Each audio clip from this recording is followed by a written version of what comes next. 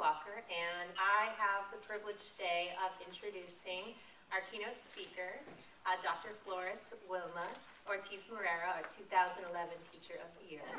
It's like, where is all this happening?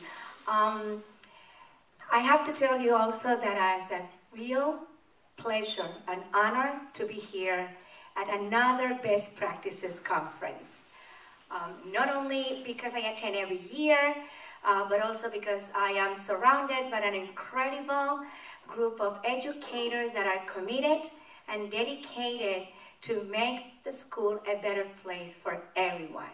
And the reason why I think we're here, despite of our differences in terms of background, philosophies, ideologies, or even our expertise, what we believe is that school and education is the way for success in this society. And to allow the student to access this incredible tool is what we're committed to. Another thing that is exciting for me today is that we are looking at best practices through the lens of language, power, student and teachers' voices. And for me, that's what education is all about. I want to tell you a little bit, I'm going to try to be quick, but this is an anecdote, and many of you have heard it, of something that happened to me. I'm an ESL teacher. I've been teaching for 20 years.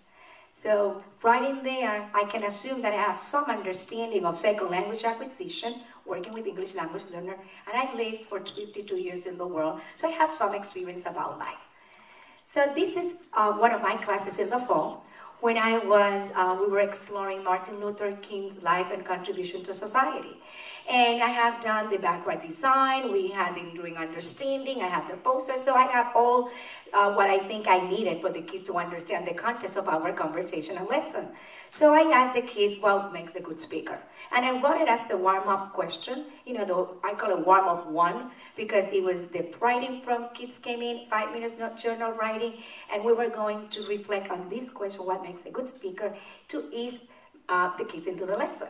After the 5 minutes, I set up the timer, I always put music, and I elicit information from the kids. So I said, so what did you respond? And I start writing on the board. This is basic stuff. I'm not doing anything out of the ordinary of any teacher would do.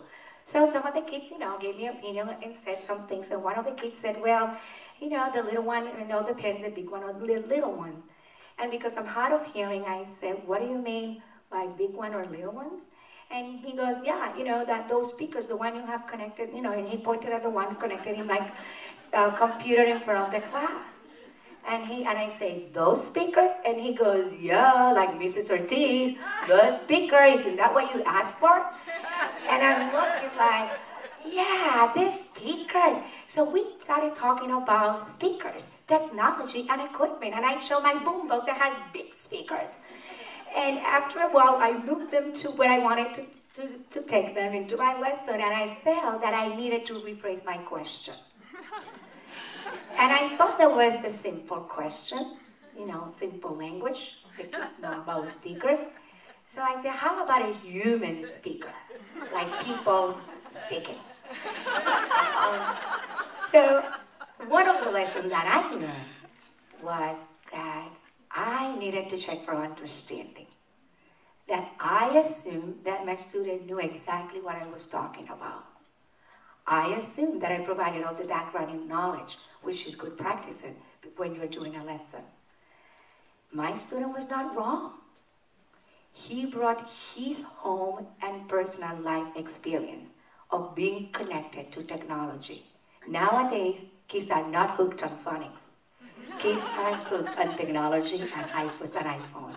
That's teaching is so much about learning.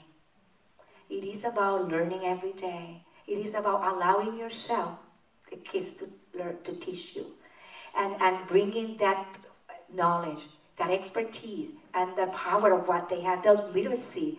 The students that come in the classroom that cannot function in English and sometimes cannot be literate in the academic Spanish, but they can tell you much about planting and farming. They can tell you much about going to the market, working with the parents in the field. That kind of literacy, we don't see it as a space to go to the next level. We need to be united in the understanding that every child can achieve, and every child comes in school with an incredible, incredible background information, knowledge, and ability to perform.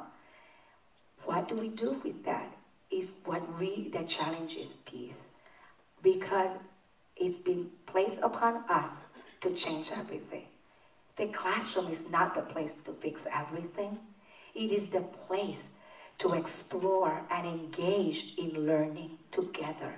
It is, if you can leave today, at the end of this conference, with the understanding that you're already doing this, that I'm not telling anything new, I'm just perhaps refreshing and reminding ourselves of the power of language. We know it. Oftentimes we are so wrapped up and caught up in the pressure of we need to do this, we need to go through the curriculum, I need to teach this, that we forget the inquiry process for us and the kids, and I would say, the value of self-reflection as part of our daily work and a habit of mind.